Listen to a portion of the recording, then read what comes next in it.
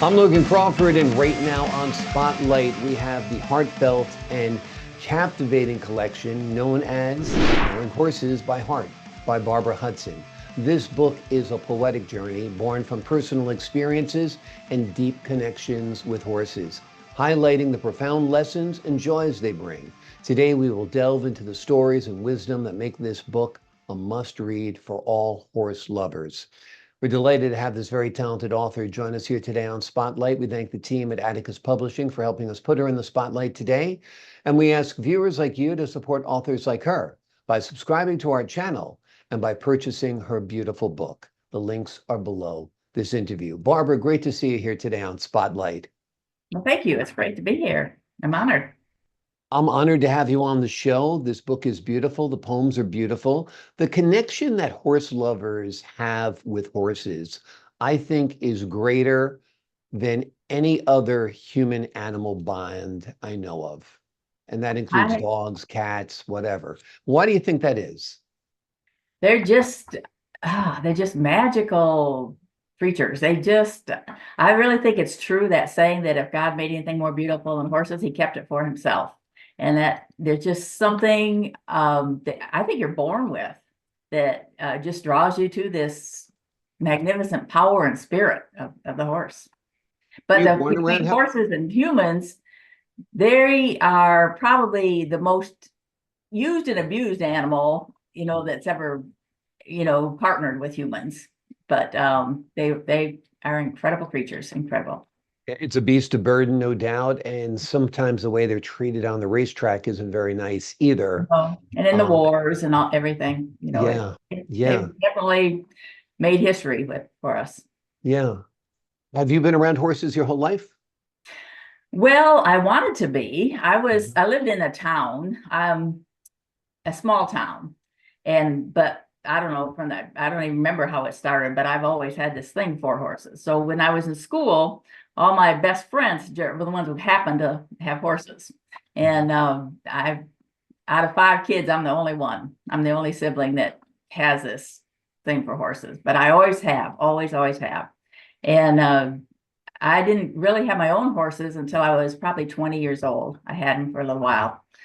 And then life happens, and kind of took like a 25-year break from it, but never ever got it out of my system, ever. And then one day I was up in Banff, Canada, on a sleigh ride at night, going down a frozen river. And it was about 10 o'clock at night. And all of a sudden, off of the bank stepped this horse. And this girl was riding this horse bareback onto this frozen river and trotted down the river. And I thought, oh, why isn't that me? That needs to be me. That's, and come to find out, she worked at a restaurant, and she would take ride her horse to work and just leave it outside and then ride it home down this frozen river at night. And it just lit my fire all over again. And I just had to get back into it. That was just, my heart was just calling. So. You start riding again at that point? Oh, well, shortly afterwards, yes. Yeah, amazing. Shortly afterwards, we bought a farm and moved, to the farm, and had horses, and I boarded horses for other people, had my own, gave lessons, camps, parties, the whole, I just experienced horses and helped people experience horses. Amazing. So you know horses by heart. That's all. Yeah. I like to think that. Yeah. Exactly. Hence the title, Knowing Horses by Heart. Tell us a little bit about your book. Well, it was written, every poem in there is written from a personal experience.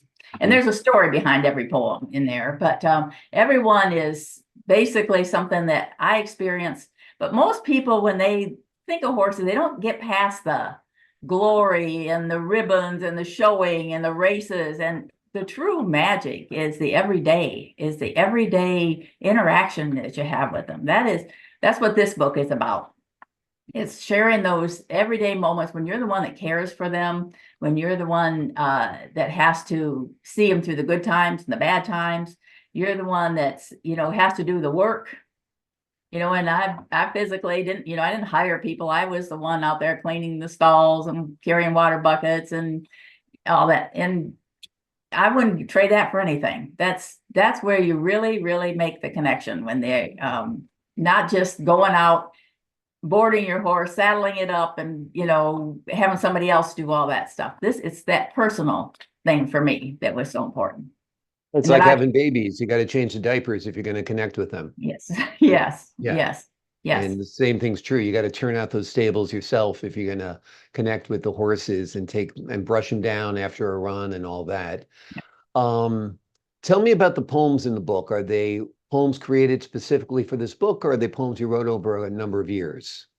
Well, no, I didn't really write them over a number of years, but I wrote them from the experiences I was having basically at that time. And some of them were reaching back to my first horse when I was 20 years old. And I think the first one is The Ride in the Snow, which was up in Michigan. It had that. And then it snowed in Georgia one time, and it just brought back all that youth. I was a teenager, well, 19, 20 years old at the time.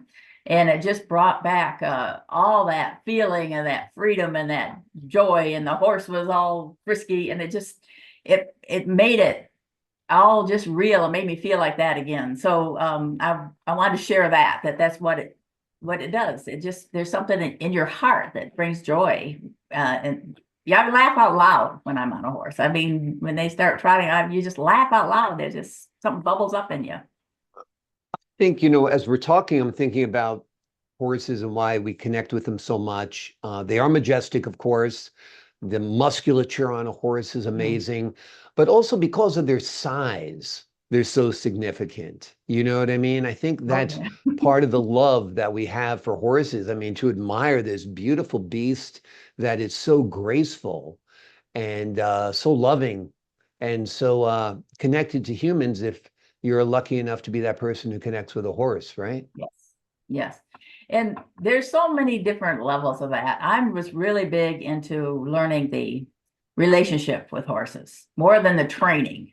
Mm-hmm. I like the relationship, doing a lot of liberty work, where they're doing liberty work is when you don't have saddles and reins and ropes on them, and they're just free with you, and they're reading you and what you're connecting with them, and they run beside you, they walk beside you, by choice. It's all by choice. And there's nothing fills your heart more than that. Knowing that they're there just because they want to be. They can walk away anytime, but they choose to stay with you. And that's just such a gift. It's hard to explain, but it's a gift. Yeah. Well, it's like a connection with any living creature. Somehow making a wonderful connection with an animal is somehow on different levels better than connecting with a person. Because connecting with a person is easy. Connecting with an animal is more difficult. You know what I mean? It In is, a way. but it's more pure too. There's yeah. It's all a right pure out there. loving relationship. Yeah, absolutely. Well, there's nothing sadder though than, and I've had to do a lot of this, is fix a lot of mistakes humans make, with horses. And because they don't forget, and they're so, like you said, so sensitive, and so they try, and they're so powerful, but when it goes wrong, people resort to force and dominance, pain, fear, in order to think they have to control this. And that's just, it's really one of the saddest parts about the whole thing is having to correct those things. And it takes a long time. Sounds like you're more of a horse whisperer. Well, yeah. I do like to try to make their life better. Yes. Yeah, absolutely. Is there a favorite poem within this collection? Well, I mentioned the Ride in the Snow, that I really, really, really liked, just because it made me feel like that. And it reminded me of my first horse. One of the ones that I really liked too was the one when I think it's the thing on the back of the book where it's the little girl's giggles. And that's like when for the very first time, a child sees or experiences a horse. Yeah. And you just see this whole gamut of emotions. The fear for the size, like you said, but that they want it so bad, and then they get up there and then they just giggle, and it's just an amazing thing to watch that progress. And you can tell which ones are going to be horse people and which ones aren't, right at that moment. But that is that is something that probably when I had the horses and did the farm and did the lessons, or people would come out for visits, that I enjoyed most of anything was that experience that they given them that.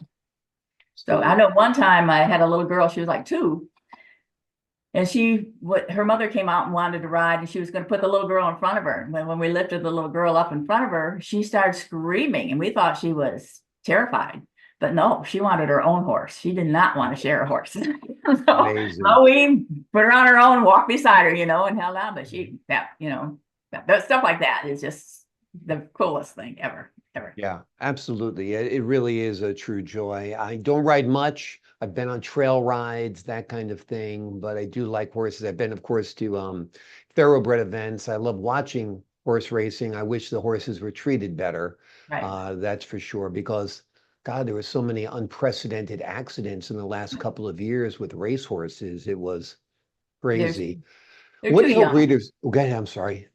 I'm sorry, because most of them, they start when they're too young. Their joints and stuff aren't even fused. So when they have an accident early, they're ruined for life. Yeah.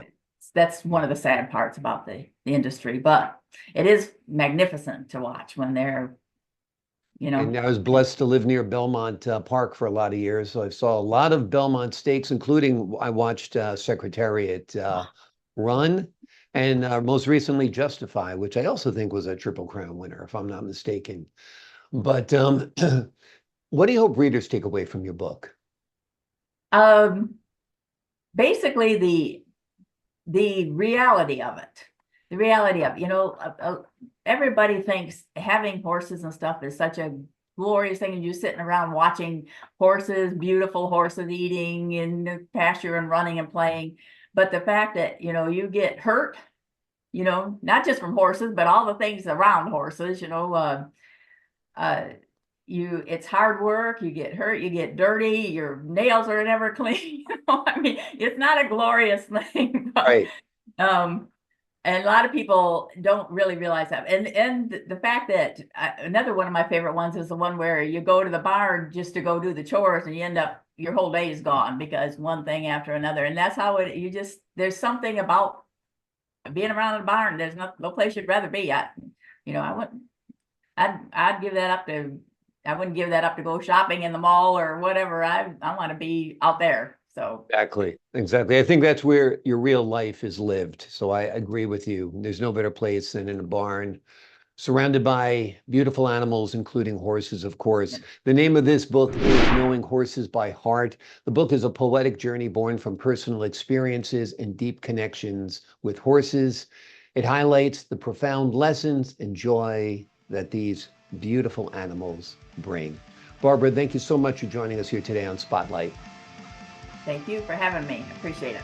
Pleasure's all mine. And to the folks at home, I'm Logan Crawford, thanking you for your time this time. Until next time on Spotlight.